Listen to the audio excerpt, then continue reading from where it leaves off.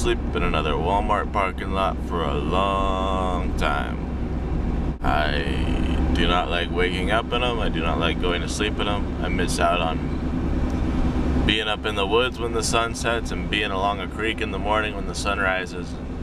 It's no fun sleeping out on asphalt underneath fluorescent lights all night long.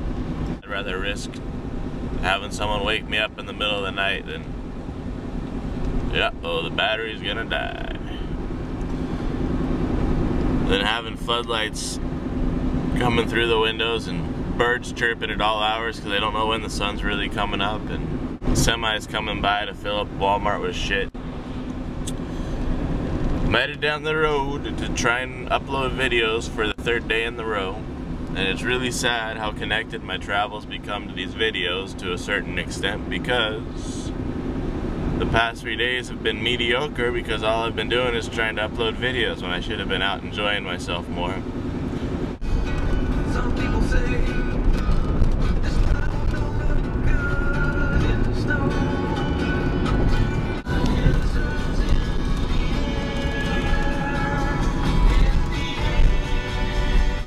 Breakfast, anyone? Nice toss, Nora. To American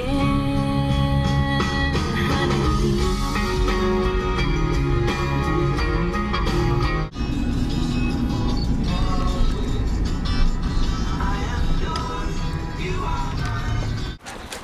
Yeah, sweet. Yeah. She was a mess when we got her. Yeah. She was rescued by some woman up in Williston who goes down there and gets golden retrievers. Such a sweetheart. What's her name? Sophie. Sophie. Hey, Sophie. How you doing today, huh? And she was... It was more of a petting zoo than a dog park. The entire event consisted of me and Nora sitting in the middle of the park while I threw the frisbee for her, and all the other dogs ran around getting touched and loved on and petted by all the different owners. Kind of in a circular pattern. Oh well, Nora got to play, I got to wear my arm out. Now, bump bump, time to do some videos. Maybe there's camping over here somewhere. Just wanna pull off and park for the night. Well, I just made a fantastic decision a few hours ago. I decided I'm no longer gonna upload these videos to YouTube as I travel. I'm gonna wait until I'm done traveling, and then you'll get all these videos. So hopefully you see a change in the videos. Obviously, it's gonna be 4 months until you get this video, so you're probably, I don't know. Hopefully I can make it more personal, more real experience, not having to worry about uploading them every day and just worry more about what's going on the day-to-day basis.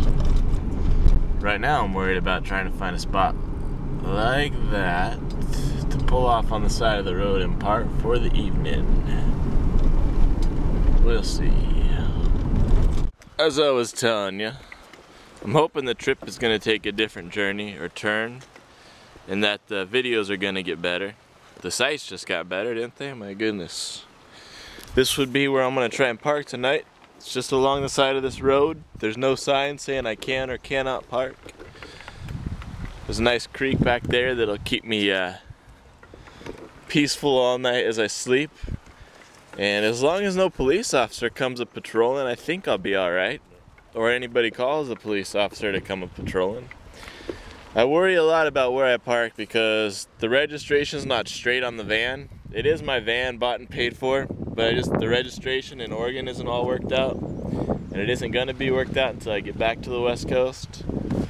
And I don't have my driver's license. I do have a legal driver's license, I just don't have it on me. Basically, the road trip's taken its toll and I've lost some paperwork, and so technically they could take a car away from you for not having license and registration copies of, but I do, you know, I'm on the up and up. I'm not on the lam, so I just worry about parking somewhere at night and getting the attention of a cop. I should probably worry more about getting pulled over on the roads, because then I could really get in trouble.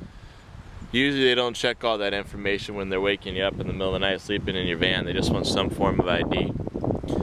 Trust me, I've been woken up quite a few times by a police officer. Anyways, this is where I'm going to try and camp tonight. And starting now, we're going to try and make the videos a little different. Make them a little bit more personal. Worry less about getting to internet connection every couple days and uploading videos and editing them.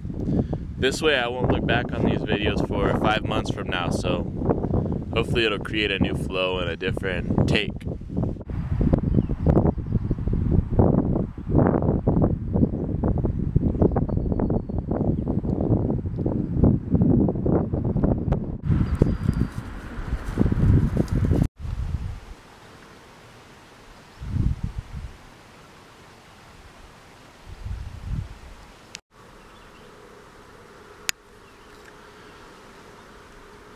That looks like a face. Nose, eyes, chin, mouth, some hair.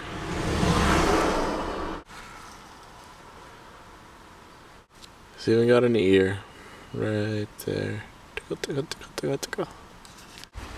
It is my favorite time of day. Dinner time. The day has gotten much better since I gave up on uploading videos for the trip and found this little spot to hang out by the creek, the river. I think it's the White River. And we're gonna camp out here tonight, cook some dinner in a minute in the van. As you know, that's what I do. The cool thing about this spot is not that it's cool in regards to temperature, but that there's a trickling creek that climbs up there. And I'm basically sitting on top of a creek for tonight's bed. Wish me luck. This has to be one of my favorite spots to date. And if I don't get woken up by a cop tonight, it'll move up in the rankings. And if I keep talking about possibly getting woken up by a cop tonight, it probably won't happen, because then I'll be wrong.